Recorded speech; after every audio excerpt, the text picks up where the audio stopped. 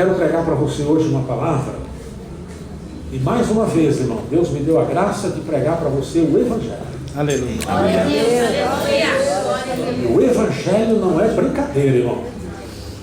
O Evangelho não é popular, não. Eu estava ouvindo hoje, de manhã, vendo lá umas mensagens lá, e eu estava pensando, tem pregadores, irmãos, que eles gostam muito de pregar sobre vida cristã. Vida cristã. Não, porque a vida nossa, irmão, tem que ser assim, porque nós temos que viver dessa maneira, e pororó e pereré. Eu acho muito legal pregar sobre vida cristã. Acho muito legal. Porém, eu tenho para mim que nós estamos no momento da igreja, irmão, onde não há muito tempo para a gente ficar com churumelas. A gente ficar falando, não, porque você tem que ser gente boa, você tem que ser um cara legal, você tem que... Claro que nós temos que ser gente boa, irmão. Todo filho de Deus é gente boa. Você não vai encontrar um filho de Deus que não seja gente boa. Todos nós temos características do nosso pai. E o nosso pai é gente boa. Se o nosso pai é gente boa, nós também seremos gente boa, né? Agora, se você é filho do capeta, então você vai ser um capetinha. Você não vai ser gente boa, você vai ser um capetinha. Então, tem que ser gente boa, né? Eu gosto de pregar para você o Evangelho. E o Evangelho, ele confronta, irmão. Eu acho que mais uma vez eu vou estar confrontando vocês. Porque o tema da mensagem é: a salvação é. Repita comigo: a salvação é. A salvação é Para aqueles que estão dispostos a abandonar tudo. Ruim. Vamos lá de novo. Repita comigo: a salvação é para aqueles que estão dispostos a abandonar tudo. Claro, irmãos, que Deus não quer que você abandone toda a sua vida. Mas a salvação é para aqueles que têm disposição para isso. Você tem que ter disposição. Você não pode falar assim: eu sou uma pessoa salva, mas eu estou agarrado a esse mundo. Eu quero ser salvo e quero levar o mundo comigo. João, o apóstolo, disse assim: aquele que ama o mundo, o amor de Deus não está nele. Não obstante a gente viva no mundo. Nós estamos vivendo aqui nesse mundo. Nossos pés estão aqui no mundo. Mas eu não posso amar esse mundo. O amor, irmãos, é um sentimento que doa. Amor é um sentimento que se doa, que se entrega, que se dá. Você nunca pode falar assim: eu amo meu filho, mas você tem a mão fechada para o teu filho. Isso não é amor. Se você ama, sua mão é aberta. Porque o amor é um sentimento que doa, é um sentimento que dá. O amor não é um sentimento que pede, não é um sentimento que busca, que quer os seus interesses. Paulo fala lá na sua carta aos Coríntios, ele diz que o amor não é egoísta. O amor não busca seus próprios interesses. Quando você ama, você não está pensando em você, você está pensando em se doar. Quando nós amamos a Deus, irmão, é a mesma coisa. Se você ama Deus, você não está pensando em você. Se você chegar: Deus me dá, Deus eu quero. Não. Se você ama, você se doa. Você se entrega para Deus. Você não está preocupado com a sua vida. Um casal, irmãos, quando se amam, uma coisa que eu acho errado é a pessoa chegar e falar assim: eu vou casar para ser feliz. Isso não é amor. Você não está casando com amor, está casando com um sentimento egoísta, que é ser feliz. Porque o amor, a pessoa diz assim: eu vou me casar para fazer o fulano feliz. Eu quero fazer essa pessoa feliz porque eu a amo. Então eu vou dar minha vida para ela. Vou dar todo o meu ser para ela, toda a minha atenção eu vou dedicar a essa mulher porque eu a amo. Por outro lado, ela vai fazer a mesma coisa com o marido. Ela vai dizer: não, eu vou me casar com esse cara aí porque eu quero fazer dele um homem feliz. Não estou preocupado comigo. Se eu vou ser feliz, é outros 500. Mas eu quero que ele seja feliz. Então isso é amor. Você então se doa, você se entrega. Diz a palavra que Deus amou o mundo de tal maneira que ele deu. Ele se entregou. Então é a mesma coisa. Se você ama Deus, você se entrega para Deus. Esse negócio das pessoas hoje estão lotando as igrejas em busca de milagre, em busca de cura, em busca de prosperidade. Todo mundo quer dinheiro, é campanha não sei das quantas. né? A campanha sei lá, de tudo quanto é coisa, e as pessoas correm atrás. Essas pessoas não amam a Deus, elas não têm amor a Deus, elas querem conquistar alguma coisa para elas, elas têm um sentimento egoísta, estão pensando no bem-estar delas, elas não estão dando glória a Deus, elas não estão dando nada para Deus, elas querem que Deus dê para elas. Isso não é amor. Amor é quando você diz assim: não, eu vou para a igreja porque eu quero cultuar a Deus, eu quero dar a Deus o meu melhor, e por enquanto o melhor que eu tenho para dar a Deus é o meu louvor, é a minha adoração, é a minha gratidão. E terminou o culto, você vai para casa. Se alguém perguntar para você: foi bom o culto? Você diz: foi bom porque eu adorei a Deus, eu louvei a Deus. Mas o que você recebeu lá? Não fui lá para receber nada, fui lá para dar. Fui lá para dar o meu louvor. Você vai ver que o amor é um sentimento adulto. É a criança que é egoísta. Quando a pessoa chega a uma certa maturidade, então ela entende isso. Não, eu estou aqui para dar, eu vou doar, eu amo, eu vou me entregar para Deus, vou viver para Deus. Minha vida não é mais minha. É isso que Paulo queria dizer quando disse assim: agora vivo não mais eu, mas Cristo vive em mim. Ele está dizendo isso, ele está dizendo: eu amo tanto a Jesus, que a minha vida não tem mais valor nenhum. Minha vida é Cristo, viver para mim é Cristo. Aleluia. Paulo chegou a ponto dele dizer assim: morrer para mim é lucro morrer. Por que é lucro? Porque eu vou estar para sempre com o Senhor. Então morrer para mim é lucro. Agora viver aqui neste mundo é Cristo, é viver para Jesus, não é viver para mim, é viver para Ele. A maioria dos pregadores aqui, tem bons pregadores aqui, já passou pela experiência, irmão, de evangelizar uma pessoa, de falar de Jesus para uma pessoa, a pessoa aceitar Jesus, se batizar nas águas, e um ano depois essa pessoa voltou para o mundo. Você deve conhecer pessoas que frequentou a igreja com a gente, 1 ano, 2 anos, e depois ela voltou para o mundão.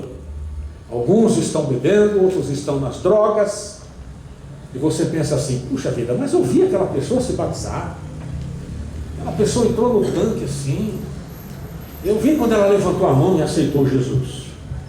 E quantas vezes a gente gasta tempo falando do amor de Deus com uma pessoa, e depois você faz um apelo para ela, você diz: você quer aceitar Jesus? Ela diz: quero sim. Legal, então vamos orar. Baixa a cabeça aí. Você faz uma oração, e erradamente, nós falamos assim: essa pessoa foi salva, porque ela aceitou Jesus. Querido, aceitar Jesus é o primeiro passo de uma longa caminhada. Quando você aceita Jesus, é como se você abrisse a porta da tua casa para que uma pessoa entrasse lá dentro. A partir do momento que você abriu a porta e alguém entrou na sua casa, você agora tem um período de relacionamento com essa pessoa.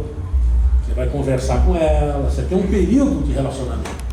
Não é o fato de você abrir a porta e a pessoa entrar, que você diz assim: eu conheço fulano e tal. Não, ela simplesmente entrou na tua casa. Agora você tem um período de relacionamento com ela. Quando você aceita Jesus, você não é salvo por isso nenhum, irmão. Você é salvo sim se você aceitar Jesus hoje e morrer daqui 1 hora. Aí sim. É o caso do ladrão da cruz. O ladrão da cruz, ele aceitou Jesus e não teve tempo de ter um relacionamento, não teve nada. Então aceitou, morreu, pronto. Aí você está salvo. Você vai no hospital, você ora por uma pessoa, pede para ela, quer aceitar Jesus, e ela aceitou, morreu. Aquela pessoa foi salva. Ela não teve tempo de desenvolver a salvação. Mas a pessoa está cheia de saúde. Aí você vai aceitar, já levantei a mão, pronto, aceitou Jesus, já está salvo. Querido, ela apenas abriu a porta. Ela apenas abriu a porta. A partir daí, é preciso desenvolver um relacionamento. Lá na carta de Paulo aos Filipenses, ele fala sobre desenvolver a salvação. Desenvolver a salvação com temor e tremor. Ou seja, a salvação, a sua estadia no céu, é algo que você desenvolve. Você aceitou Jesus, abriu a porta, Jesus entrou. A partir daí, meu filho, você tem que desenvolver um relacionamento com Deus a ponto tal de você estar disposto a abrir mão de tudo na sua vida por causa de Jesus. Você nunca viu histórias de amor tipo Romeu e Julieta? Ah, eu dou minha vida pela fulana. Muito bonito isso. Aí a menina fala assim: nossa, eu amo tanto aquele cara que eu dou minha vida por causa dele. Pois é. E a vida por causa de Jesus? Você está disposto a dar a sua vida? Amém. Você está disposto a dar assim todo o teu ser? Porque a salvação, irmãos, Deus quer salvar todo mundo, mas a salvação é dada para quem está disposto a deixar tudo por causa de Jesus. Eu quero ler 3 trechos no livro de Mateus, Marcos e Lucas. Os 3 trechos, irmãos, é a mesma história, só que cada um dos 3 puseram uma palavrinha, alguma coisinha assim que diferencia, que dá um pouquinho mais de luz para a gente, né? Mateus capítulo 19.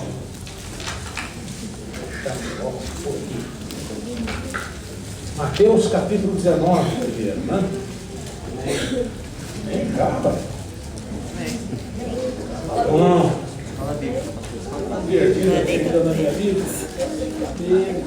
Mateus capítulo 19, você já encontrou? Escuta essa história, verso 16 em diante. Escuta essa história. Mateus 19, 16 em diante.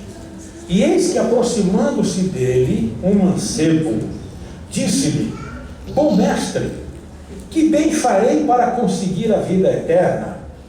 E ele disse-lhe: por que me chamas bom? Não há bom senão um só, que é Deus. Se queres, porém, entrar na vida, guarda os mandamentos. Disse-lhe ele: quais?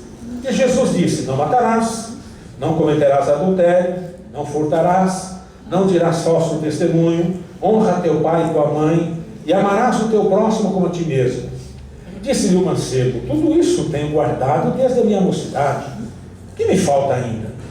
Disse-lhe Jesus: se queres ser perfeito, vai, vende tudo o que tens, dá-o aos pobres, e terás um tesouro no céu, e vem e segue-me. E o mancebo, ouvindo estas palavras, retirou-se triste, porque possuía muitas propriedades. Disse então Jesus aos seus discípulos: de verdade vos digo que é difícil entrar um rico no reino dos céus. E outra vez vos digo que é mais fácil passar um camelo pelo fundo de uma agulha do que entrar um rico no reino de Deus. Amém. Marcos capítulo 10, irmão, é a mesma história, porém tem alguma coisinha diferente. Marcos capítulo 10, verso 17. Marcos capítulo 10, verso 17. E pondo-se a caminho, correu para ele um homem, o qual se ajoelhou diante dele e lhe perguntou: bom mestre, que farei para herdar a vida eterna?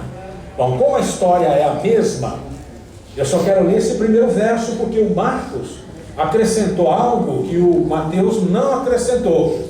O Marcos diz que o rapaz veio correndo e se ajoelhou diante de Jesus. Ou seja, o Marcos acrescentou um detalhezinho que o Mateus não acrescentou. O Mateus disse que o rapaz veio e falou com Jesus, mas o Marcos disse que ele veio correndo e que ele se ajoelha diante de Jesus, e ele diz para Jesus que ele queria a vida eterna. No livro de Lucas capítulo 18 é a mesma história, mas tem um outro detalhe que o Lucas acrescenta. Lucas capítulo 18, verso 18. Lucas 18, 18. Diz assim o Lucas: e perguntou-lhe um certo príncipe, dizendo: bom mestre, que hei de fazer para herdar a vida eterna? Também não vou continuar lendo, porque a história é a mesma. Só que o Lucas já acrescentou um detalhe, que esse homem era um príncipe. Não era um cara comum, não era um João ninguém, não. Ele diz um certo príncipe.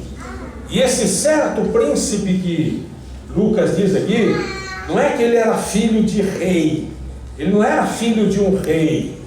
Esse príncipe significa que ele era um camarada de autoridade na sinagoga judaica. Todas as autoridades da sinagoga judaica eram chamados de príncipes. Se você lembrar direitinho, quando eu preguei para você aqui sobre o Nicodemos, diz que o Nicodemos era príncipe na comunidade judaica. Ele era príncipe na sinagoga judaica. Então esse moço, ele não era um cara qualquer. Ele era um príncipe, ou seja, ele era um camarada lá da comunidade judaica. Ele era um religioso. Para que ele fosse um príncipe, ele era um cara religioso. E ele vem correndo. Quer dizer, ele não vem andando assim desleixadamente, mas quando ele viu Jesus, ele vem correndo, e ele cai de joelhos, ele adora Jesus, e ele clama por vida eterna. Porém, você conhece o final dessa história. Esse moço vai embora sem ser salvo. Ele não foi salvo. Ele saiu da presença de Jesus cabisbaixo, triste, porque Jesus tocou no ponto na fraqueza dele. E é interessante, irmãos, que Jesus não foi atrás desse moço. Esse moço esteve diante de Jesus e não foi salvo. Ele foi para o inferno. Está escrito na Bíblia que vale mais uma alma do que o mundo inteiro. Mas, no entanto, esse homem foi para o inferno. Jesus não resgatou a alma desse homem. E eu diria para você, se nós estivéssemos num seminário teológico, tem uma matéria chamada evangelismo pessoal, evangelização pessoal.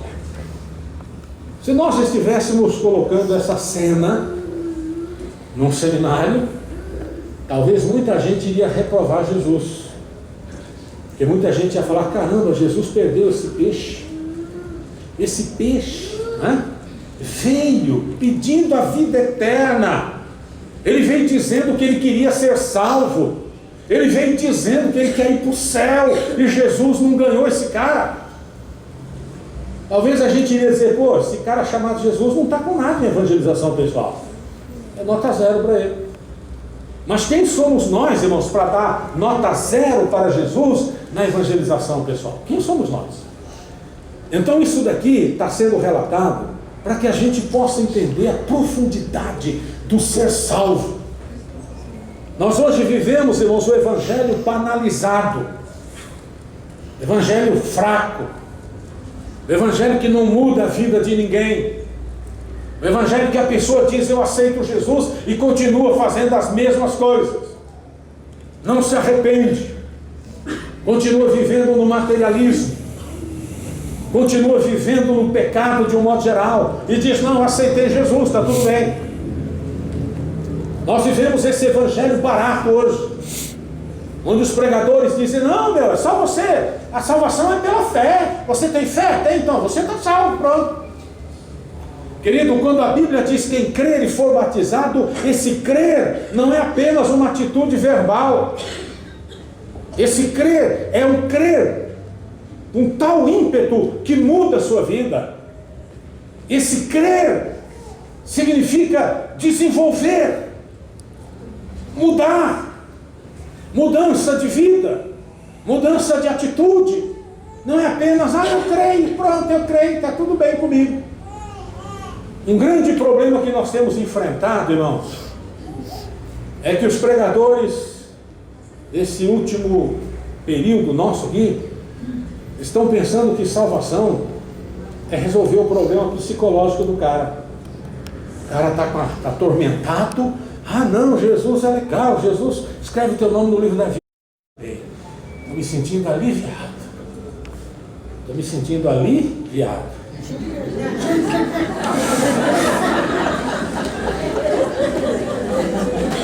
Olha, você pensou maldade.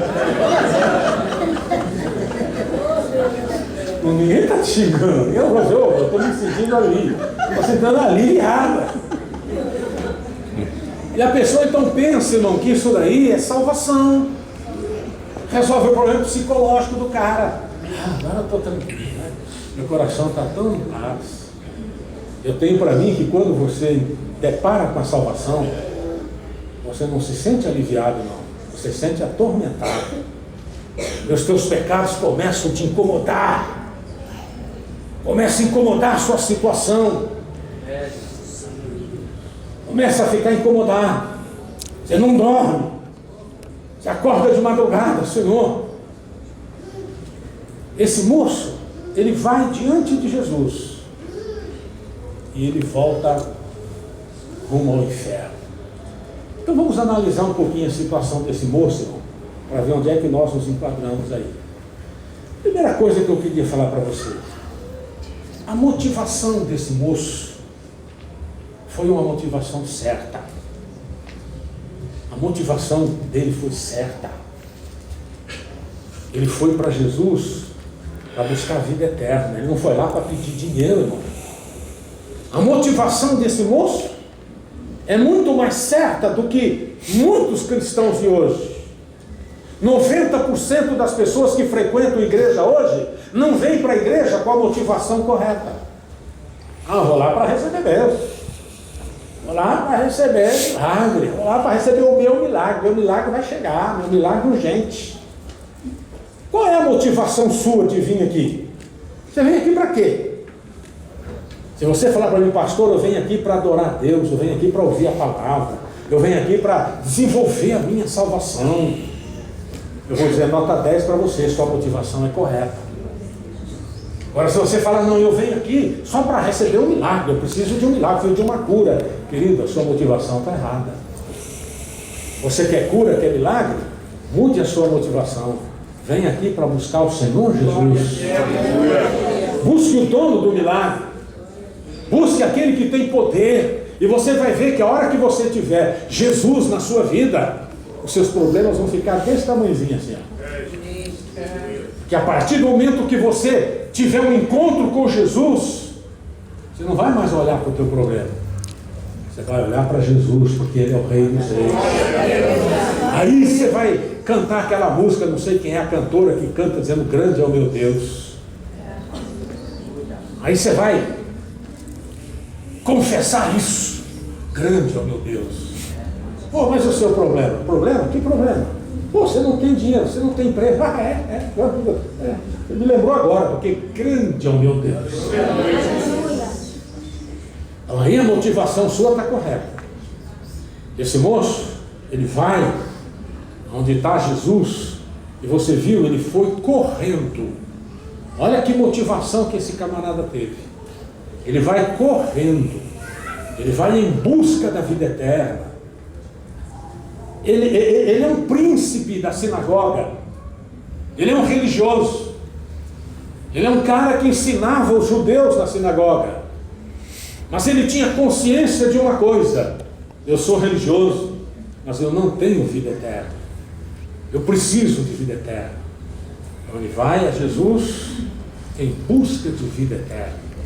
Motivação dele totalmente correta. Segundo, atitude dele, atitude corretíssima, correta atitude desse moço. Ele vem correndo, ele vem correndo. Olha que atitude. A impressão que eu tenho é que quando ele ouviu falar, olha, Jesus está passando por aqui, ele disse, então é agora, porque eu não tenho vida eterna. Se eu morrer, eu vou para a morte eterna, e morte eterna se chama inferno. Então ele tinha consciência, eu não tenho vida eterna.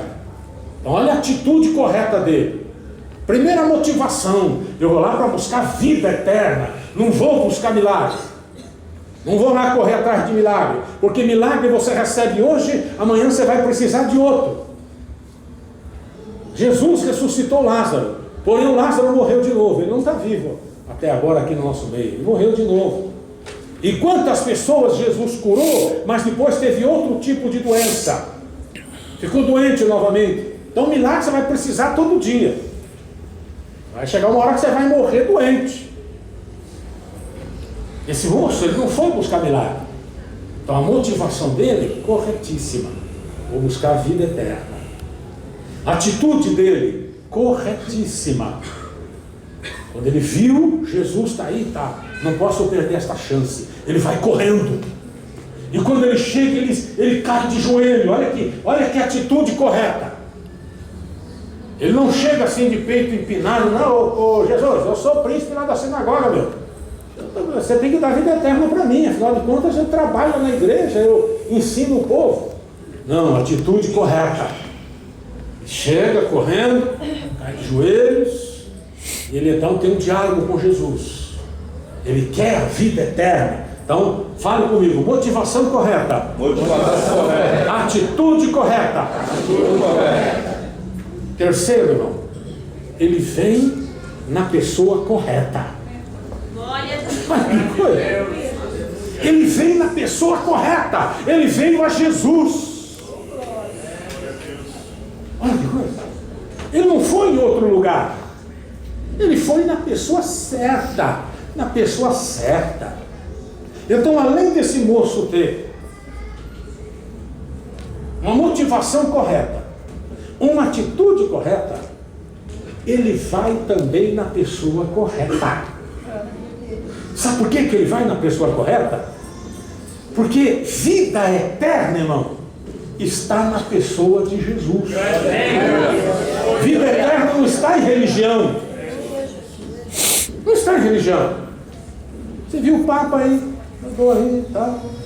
Eu estive vendo na televisão, lá no Rio de Janeiro. Aí o camarada lendo lá, né? Se fosse lá, o cara que ia ler é um diácono que lê, né? Então ele lê assim, o diácono assim: perguntou-lhe um certo príncipe, dizendo: bom mestre, o que farei para dar vida eterna? Eles leem cantando. Aí alguém fala assim: palavras de salvação. Todo mundo: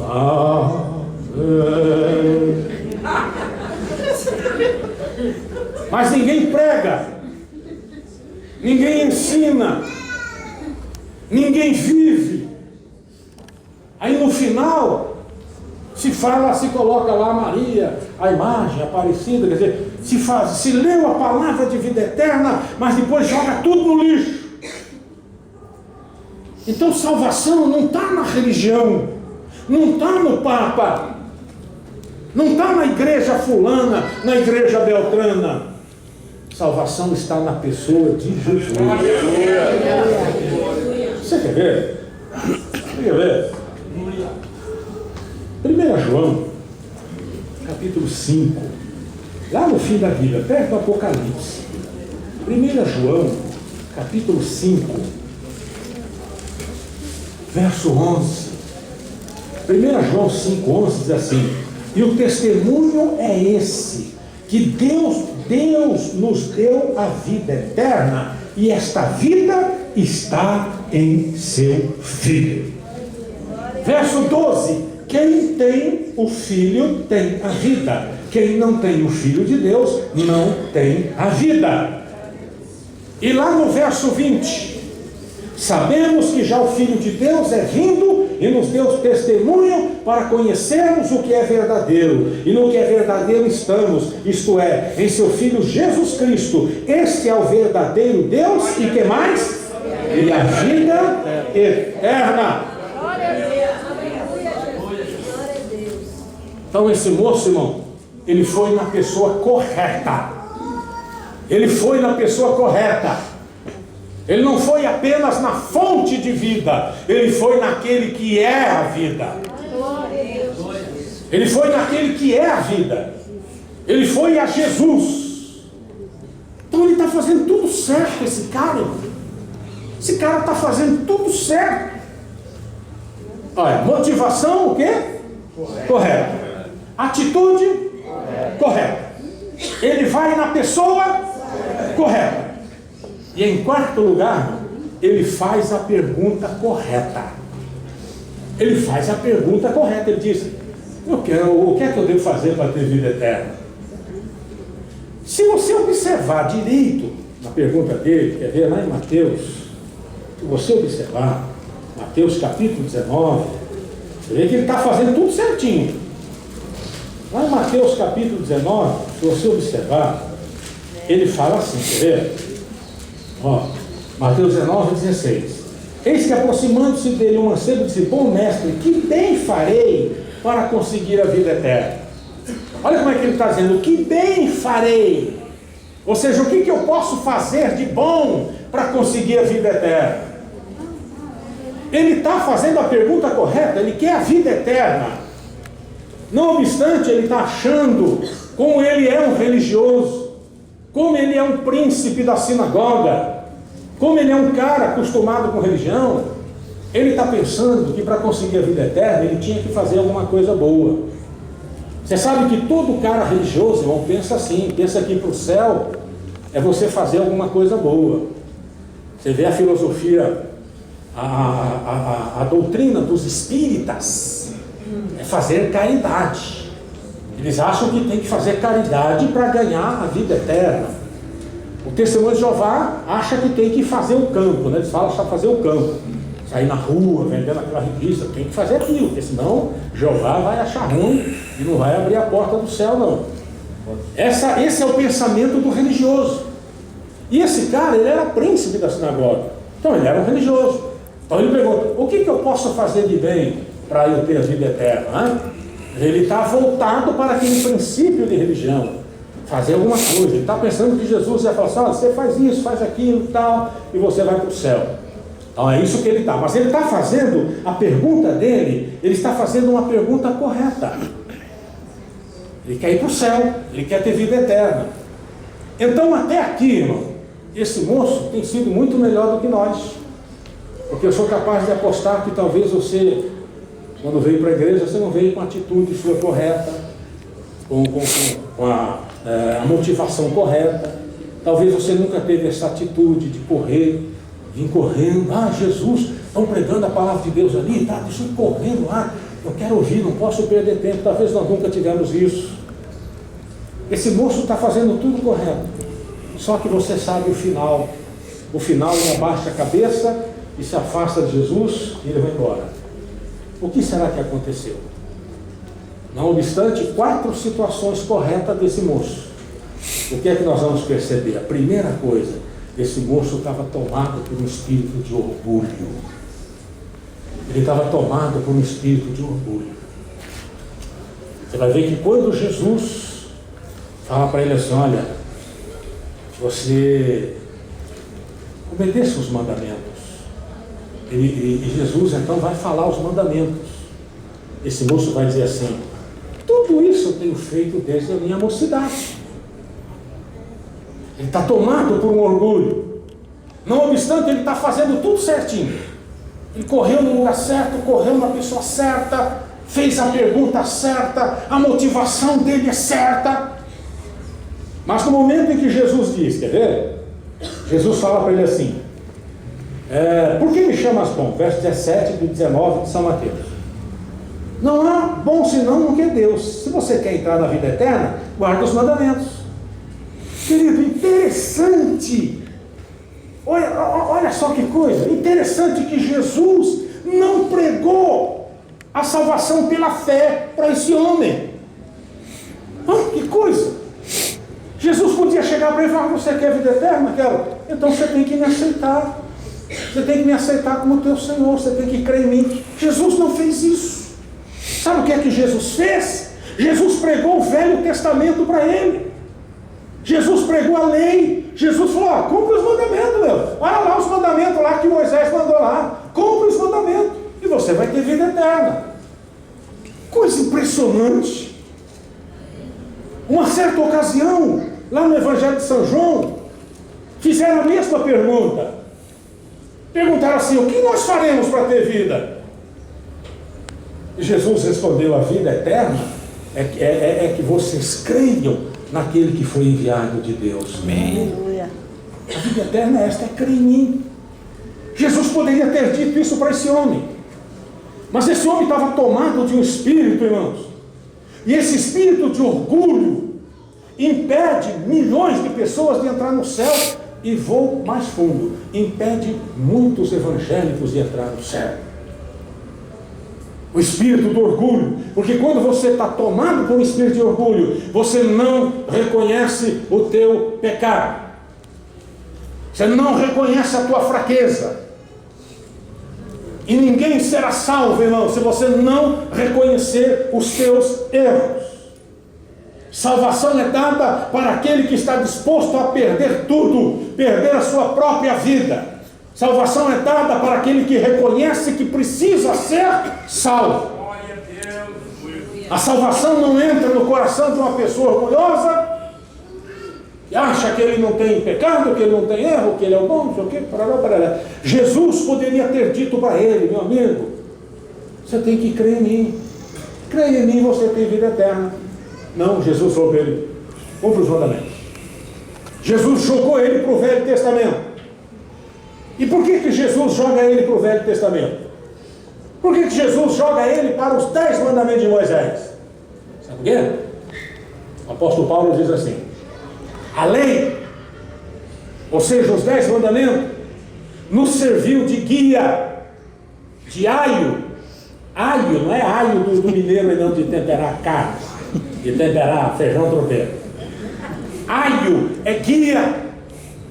Paulo diz assim: o Velho Testamento, a lei, nos serviu de guia para nos levar até Jesus. Porque através de Moisés, irmão, veio a lei. E a lei condena, a lei mostra o teu pecado. A lei diz para você: não faça isso, não faça isso, não faça isso. E você diz: eu fiz. Então a lei, quando ela mostra a tua sujeira, ela te leva a Jesus. Porque por Moisés veio a lei, através de Jesus veio a graça e a misericórdia.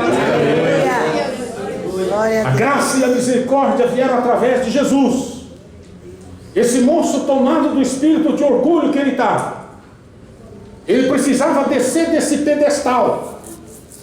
Ele precisava reconhecer os seus erros. Então Jesus o conduz à lei. Jesus falou: obedece os mandamentos. Por quê? É como se Jesus dissesse assim: se você obedecer os mandamentos, meu, você é santo, e santo vai para o céu. E é uma verdade, irmão. De repente você pode falar: pastor, eu não gosto de Jesus, mas eu quero ir para o céu. Então obedeça os 10 mandamentos, se é que você pode. Se você obedecer os 10 mandamentos, você vai ser uma pessoa santa. E santo vai para o céu. Só que ninguém consegue obedecer os 10 mandamentos. Ninguém consegue, irmão. Deus deu os 10 mandamentos que é para a gente enxergar o quanto nós erramos. Que ninguém consegue obedecer. Então Jesus falou para ele assim: observe, obedeça os mandamentos, velho. Você quer ir para lá? Obedeça os mandamentos. Qual era a intenção de Jesus? A intenção de Jesus era que esse moço, na humildade, ele dissesse assim: Senhor, eu não consigo cumprir os 10 mandamentos. Eu não consigo. Ué, não tem jeito. Aí, possivelmente, Jesus iria dizer para ele: então vinde a mim, você que está cansado e oprimido, que eu vou te aliviar. Aleluia. Mas como ele estava tomado de um espírito de orgulho, ele simplesmente diz: pô, isso daí eu tenho feito desde a minha mocidade. Ah, que desprezo que ele deu, né? Quer dizer, um cara que tem motivação correta, atitude correta, que fala com a pessoa correta, que faz a pergunta correta, porém está tomado por um espírito de orgulho. Isso aí eu faço desde a minha mocidade, né? Só que primeiro, quando Jesus fala para ele: obedece os mandamentos, ele pergunta: quais? Ele diz aqui: quais? O verso 18. E é interessante, irmãos, que Jesus não começa falando do primeiro mandamento. Jesus despreza o primeiro, o segundo, o terceiro e o quarto mandamento. Primeiro mandamento: não terás outros deuses diante de mim. Segundo mandamento: não farás para ti imagens de escultura. Terceiro mandamento: não tomarás o nome do Senhor teu Deus em vão. Quarto mandamento: lembra-te do sábado para o santificar. Esses 4 Jesus deixou. Jesus começa do 5º mandamento em diante. Ele diz: não matarás, não adulterarás, não furtarás, não dirás falso testemunho. E o último mandamento, que é o 10º, além de Moisés, está escrito assim: não cobiçarás. Jesus substitui esse não cobiçarás pelo honra amarás o teu próximo como a ti mesmo. Jesus substitui, ele não fala lá, não cobiçarás, ele diz, ama o teu próximo como a ti mesmo. E esse cara estava tão orgulhoso, que ele diz, isso eu tenho feito, desde a minha mocidade eu tenho feito isso. Por que Jesus começa do 5º mandamento em diante? Porque ele, sendo um cara religioso, irmão, com certeza ele cumpria os 4 mandamentos, ele era religioso. Nós aqui, não temos nenhuma dificuldade de cumprir os 4 primeiros mandamentos. Nós aqui. Se eu perguntar, alguém aqui tem outro Deus na sua vida? Não. Seu Deus é Jesus. Se eu perguntar aqui para você, você faz imagem de escultura? Não, não vou fazer isso não. Você toma o nome de Deus em vão? Tomar o nome de Deus em vão, ainda tem uns crentes que faz isso, viu? Tomar o nome de Deus em vão é quando você tudo fica jurando por Deus. Juro por Deus. E ainda beija a cruz assim. Isso é tomar o nome de Deus em vão. A gente não vai fazer isso. Lembra do sábado para o santificar? Você sabe que o sábado é o Shabat. É um dia de descanso durante a semana. Um dia que você santifica. No nosso caso aqui é o domingo. Domingo no calendário é o nosso sábado. É o nosso Shabat. Jesus não citou esses mandamentos porque ele sabia que esses mandamentos o cara cumpria. Porque o cara era religioso.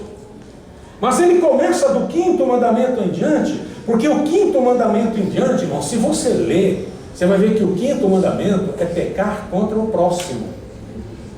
E quando a gente peca contra o próximo, você está pecando contra Deus. Se eu pecar contra você, irmão, eu estou pecando contra Deus. A partir do momento que eu pecar contra você, eu tenho que pedir perdão para você e para Deus. Então os pecados contra o próximo, Jesus diz aqui, primeiro, não matarás. Você mata, você está pecando contra o cara, você está matando o cara. Aí ele fala, não cometerás adultério. Quando você se envolve em adultério, você está pecando contra uma pessoa. Você está pecando contra teu cônjuge, está pecando contra você mesmo. Você está levando aquela outra pessoa a cometer isso. Você está pecando contra pessoas. Aí ele diz, não furtarás. Quando você rouba, você está roubando de alguém. Você está pecando contra alguém. Aí ele diz, não dirás falso testemunho. Isso não tem na igreja, né? Dirás falso testemunho, levantar calúnia do teu irmão. Você está pecando contra teu irmão. Acusações falsas. Você é roubou. E vai por aí afora. É pecar contra a pessoa. E você pecou contra a pessoa, você está pecando contra Deus. Honra teu pai e tua mãe. Você não honra teu pai e tua mãe, você está pecando contra pessoas. Você está pecando contra Deus. E por final, Jesus diz assim, amarás o teu próximo como a ti mesmo. Ele substituiu o não cobiçarás, que também é pecar contra o próximo. Ele substitui isso e coloca, amarás o teu próximo como a ti mesmo. Quando você não ama o teu próximo como a ti mesmo, você está pecando contra o teu próximo. Você não está amando. E quem não ama, odeia. Não adianta você falar assim, não, porque eu amo mesmo. O brasileiro gosta de ficar em cima do muro, né? Eu amo, mas está pecando. Não é tanto assim. Irmão, você ama ou você não ama? É que nem a mulher que diz assim, eu estou meio grávida. Meio grávida não é coisa nenhuma. Ou você está grávida ou não está. Estou meio grávida. E meio grávida? Não adianta correr atrás aí não, pegar teste de farmácia, não sei o que, já está lá, meu Deus. Responda agora, muito rojão. Muito rojão. Então você não ama, você está pecando contra o teu próximo, está pecando contra Deus. Jesus então mostrou para aquele moço os pecados praticados contra o próximo. E esse moço, tomado de um orgulho tão grande, ele chega e diz, tudo isso aí eu estou fazendo. Tudo isso eu faço. Aí Jesus tem impressão, né? Tem impressão que Jesus diz assim, peraí, você faz tudo isso? Faz. Então tá bom. Então quer dizer que você ama o próximo como a você mesmo? Ele respondeu que sim, né? Ele falou, tudo isso eu faço. Então tá bom, então se você ama o teu próximo, você não tem problema nenhum de vender tudo que você tem e dar para os pobres, dar para o teu próximo. Aí você vem e você me segue. E você vai ter vida eterna. Foi nesta hora, irmãos, que Jesus tocou na ferida desse moço. O orgulho dele. O orgulho. Tudo isso eu faço. É comum se encontrar, às vezes, na igreja, o crente santarrão. O crente santarrão é aquele que aponta o pecado de todo mundo, mas o dele está encoberto. Acho que foi no Facebook que eu vi uma postagem dizendo assim: se você quer falar mal do teu irmão, primeiro dá uma olhadinha no espelho. E olha no espelho, depois você fala mal dos outros. Olha no espelho. Jesus, ele fala essa mesma palavra dizendo assim: cara, você está preocupado com o cisco no olho do teu irmão, mas tira a trava que está no teu primeiro. Aí você vai enxergar melhor. Aí você vai enxergar melhor. Tá? Aí você vai conseguir enxergar melhor. Então Jesus falou assim: bom, já que você faz tudo isso, já que você obedece todos esses mandamentos, então não tem problema nenhum para você vender o que você tem e dar para os pobres aí. Faz isso e me segue. E pronto. E Jesus não deu nenhuma importância. Aquele moço abaixou a cabeça e ele foi embora. Porque ele tinha muitas propriedades. Ele era um cara muito rico. Ele tinha muitas propriedades. Então ele vai embora. O que é que fez aquele moço sair da presença de Jesus, irmão, sem salvação?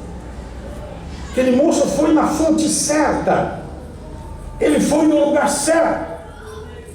Mas por que ele sai sem salvação? Porque salvação não é somente você dizer eu aceito Jesus. Salvação não é somente você dizer eu creio em Jesus. Salvação é, acima de tudo, você se submeter à vontade de Jesus. Você sabe o que é que esse moço estava querendo, irmão? A bem da verdade, você sabe o que ele estava querendo? Ele estava querendo o que muitos de nós também queremos. Você quer ser salvo, mas do seu jeito. Você quer ser salvo, mas é do seu jeito. É eu que mando. Eu quero ser salvo. Eu creio em Jesus, mas não largo disso. Eu sei que Jesus é o Rei dos Reis, é o Senhor do Senhor. E eu quero ir para o céu, mas não largo disso. Jesus é do meu jeito. É do jeito que eu quero. E é onde, irmãos, muitos são chamados, poucos são os escolhidos. É por isso que Jesus disse: os últimos serão os primeiros, e os primeiros serão os últimos. Eu tenho para mim, querido, que eu estou enquadrado nesses últimos que serão os primeiros. Sabe por quê? Porque durante muito tempo eu não só pensei, mas eu também preguei que salvação era só aceitar Jesus.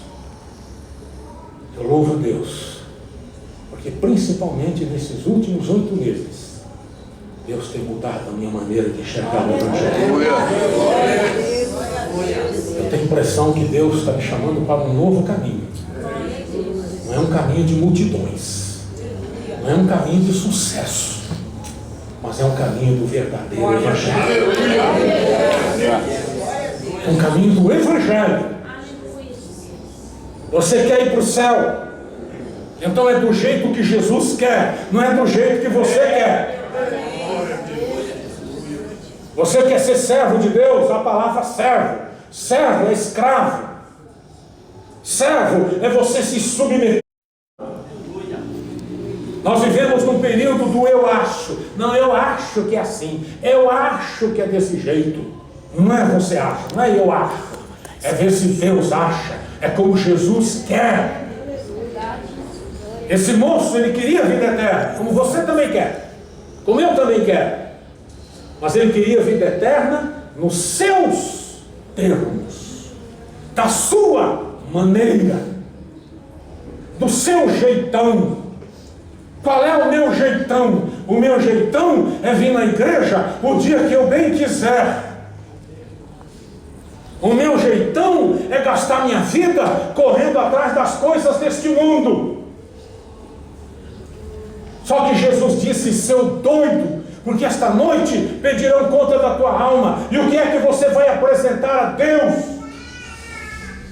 Você ficou a vida inteira correndo atrás das coisas deste mundo: dinheiro, riqueza, nome, poder, prosperidade.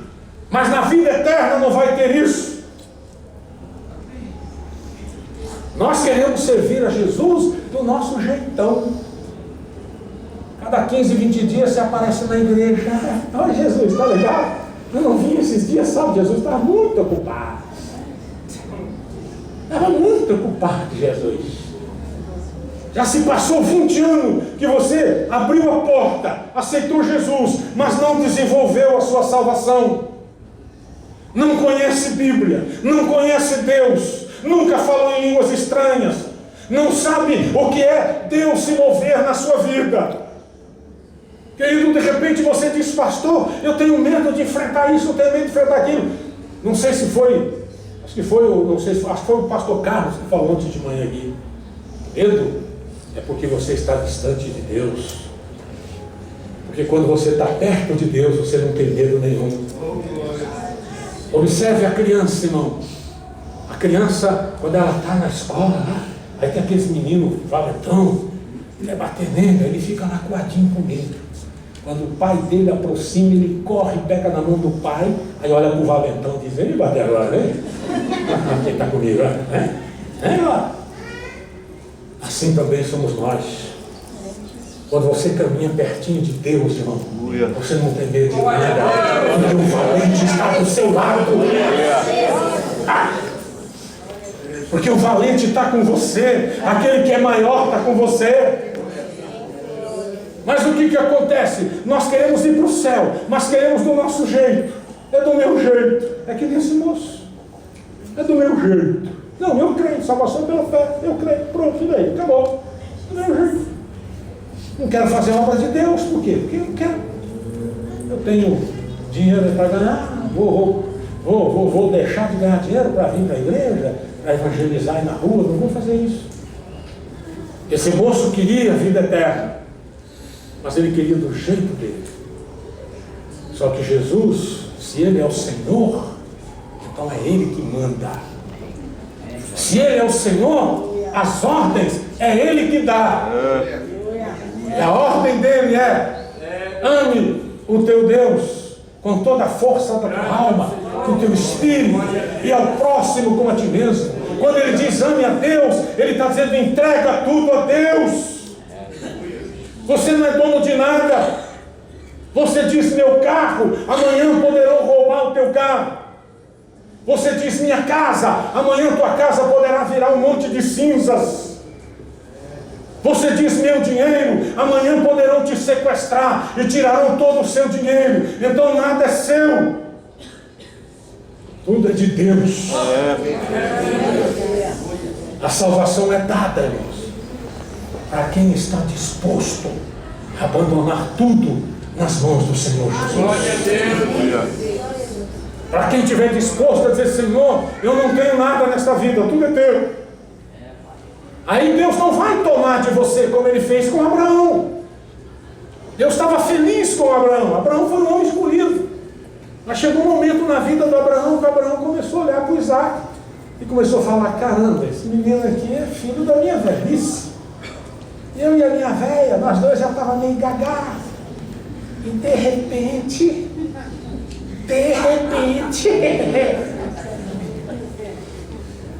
o Abraão ficou apaixonado por aquele menino.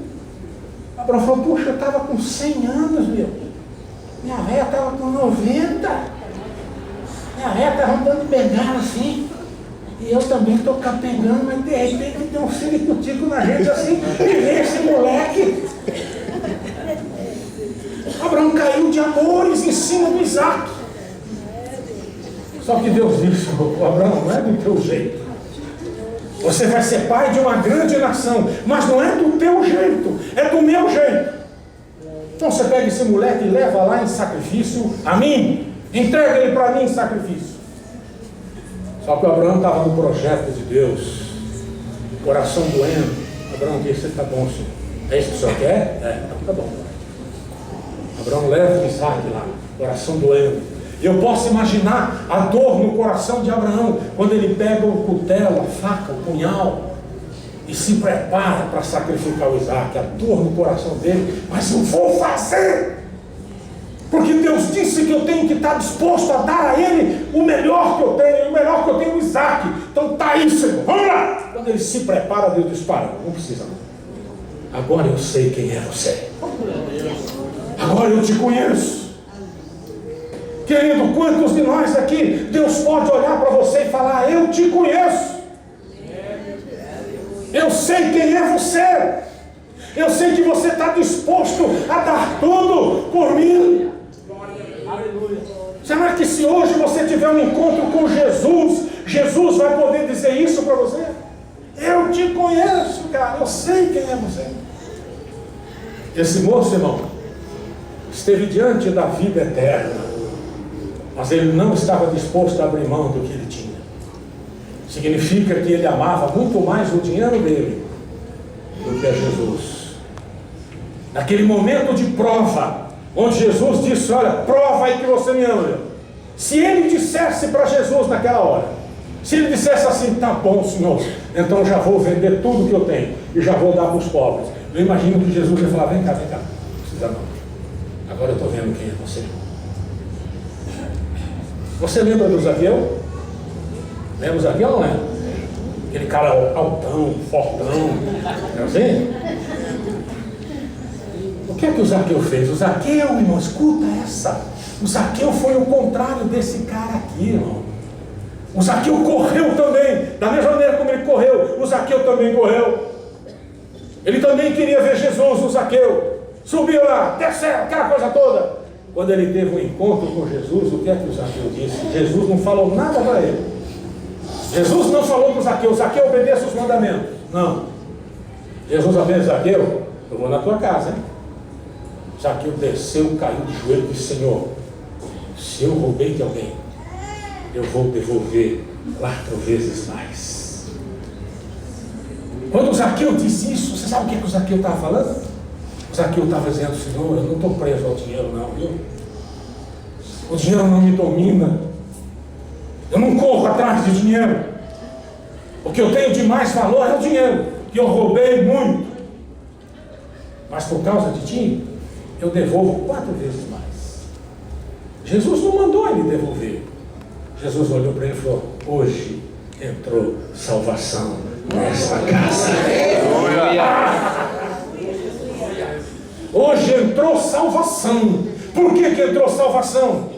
Porque Jesus viu em Zaqueu que ele estava disposto a abandonar tudo por causa de Jesus. Falta 15 para 6. Eu só quero ler esse verso de Paulo. Filipenses. Eu falei para você. Filipenses capítulo 2.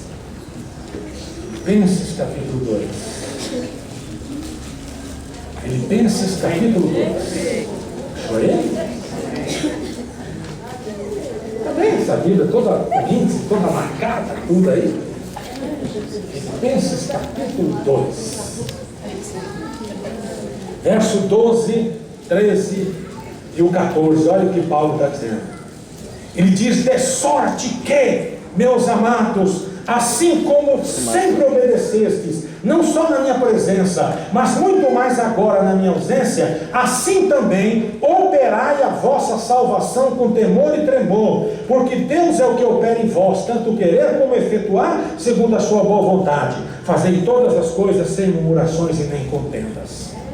Quando ele diz aqui, irmão, verso 12, operai a vossa salvação com temor e tremor. Esse operar não é você levar para uma mesa de cirurgia, não. Operar é desenvolver, é trabalhar. A salvação tem que ser trabalhada, irmãos. Dá uma cutucada no teu vizinho e fala, você tem que trabalhar a salvação, meu filho. Mas fala bravo aí, fala bravo para ele, você tem que trabalhar a salvação.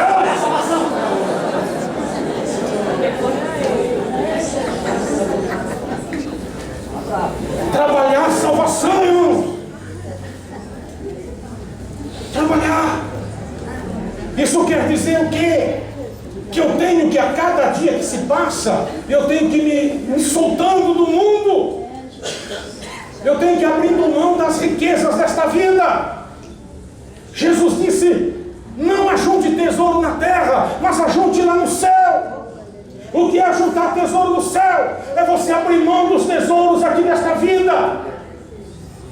É trabalhar a salvação, é operar a salvação. Deus é aquele que trabalha em nós tanto o querer como o efetuar. Ele trabalha em nós esse sentimento, mas nós temos também que trabalhar a salvação. Glória a Deus. Amanhã, quando você acordar, você tem que estar mais salvo do que hoje. Trabalhar a sua salvação e melhorando e abrindo mão das coisas do mundo e se aproximando mais de Deus, santificando a sua vida, se purificando cada vez mais. Você está operando a salvação. Ou você pensa que você é salvo porque um dia você levantou a mão assim e parou por aí? Não. Não fique nessa, porque a porta vai estar fechada quando você chegar no céu. Você quer encontrar a porta aberta? Opere a salvação que Deus já te deu. Trabalhe. Vai soltando as coisas desse mundo. Vai se apaixonando cada vez mais por Jesus. A ponto tal de quando você falar, Senhor, eu te amo, você está dizendo, Senhor, eu me dou para ti. Eu me entrego. Tudo que eu tenho não é meu, mas é teu. Se Jesus chegasse diante de você agora, o que ele iria dizer para você? Será que ele iria dizer, eu te conheço? Porque diz que um dia lá no céu, escuta isso, vou falar isso e nós vamos orar. Diz que um dia lá no céu, pessoas vão bater na porta. Senhor, abre aí. Em teu nome, Senhor, eu fiz tanta coisa lá embaixo. Em teu nome eu preguei, curei enfermos, expulsei demônio. E o que é que Jesus vai dizer para eles? Não te conheço. Ué, mas em teu nome eu fiz, eu falei, eu preguei, porém eu não te conheço. Por que eu não te conheço? Porque você nunca esteve disposto a abandonar sua vida por minha causa. Cristianismo, irmão, é renúncia. Jesus diz assim, olha, aquele que não tiver disposto a aborrecer seu pai, sua mãe, aí entra a sogra na jogada. Por minha causa, ele disse, não é digno de mim. Eu vejo gente que não vem na igreja, porque é aniversário da minha prima. Ah, o aniversário da sua prima é mais importante do que um culto de louvor a Deus. Tem hora para aniversário, na hora do culto tem que ir no aniversário da prima. Tem que ir lá, e a prima está lá. E se não for, vai apanhar da sogra, então eu vou.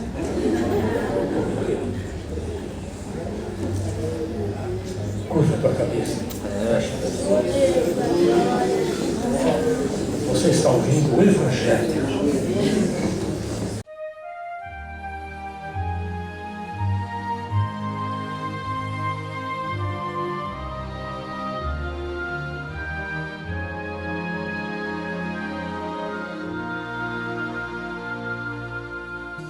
Diga para os temer.